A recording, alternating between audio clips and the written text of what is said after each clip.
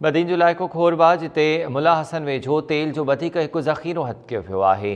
खारियूं जे इलाइक़े में तेल जो ज़ख़ीरो हथ अचण बैदि खोटाई जो अमल शुरू कयो वियो।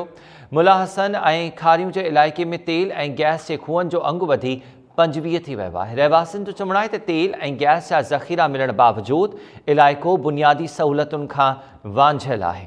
बदीन जो इलाइक़ो खोरवा जिते मुला हसन वेझो तेल जो हिकु वधीक ज़ख़ीरो हथ कयो वियो।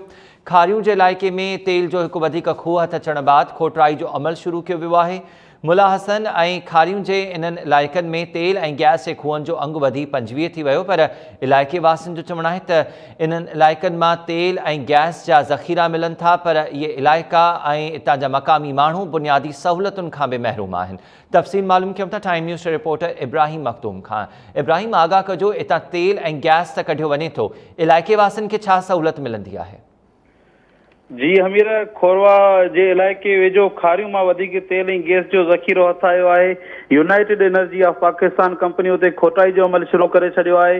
तव्हांखे ॿुधाईंदो हलां त खारियूं ऐं मुलाहसन वारे इलाइक़े में हलंदड़ तेल ऐं गैस जे खूहनि जो तइदाद वधी 25 थी वियो आहे, पर उते जे ॻोठ मुलाहसन, सुल्तान पंवर, दिलशाद मरी, नूर मोहम्मद मरी, बजारी शरीफ़, उस्मान मला, गुलाम मला समेत दर्जन ॻोठ आहिनि।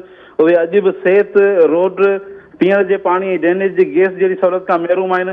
ॻोठाणनि जो चवणु आहे त तेल कंपनी असांजे ॻोठनि खे नज़रअंदाज़ कयो आहे। असांजे ॻोठनि में गुज़िरियल 30 सालनि खां इहा कंपनी हिते कमु करे रही आहे, पर असांजे ॻोठनि खे का बि बुनियादी सहूलियत नथी ॾिनी वञे।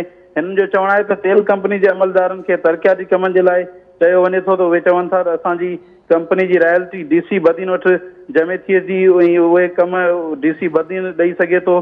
ॻोठाणनि जो इहो बि चवणु आहे त कंपनी में नौकिरी लाइ को बि मक़ामी माण्हू नथो रखियो वञे। कंपनी में धारियुनि जी लोध भर्ती थियल आहे। हिननि सिंध हाई कोर्ट ऐं वसवारनि खां मुतालबो कयो आहे त तेल गैस सां मालामाल इलाइक़े जे ॻोठनि खे गैस ऐं ॿियूं सहूलियतूं ॾियारियूं वञनि। जी अमीर, महिरबानी तफ़सील ॾियण जे लाइ। इब्राहिम मखदूम, बदीन जो इलाइक़ो खोरवा जिते तेल ऐं गैस जी कंपनी इते खोटाई शुरू करे छॾी आहे। मुला हसन वेझो तेल जो हिकु वधीक ज़ख़ीरो हथ कयो वियो आहे। तेल ऐं गैस मिलण बावजूदि इलाइक़ो ऐं इलाइक़े वासी बुनियादी सहूलियतुनि खां महरूम आहिनि।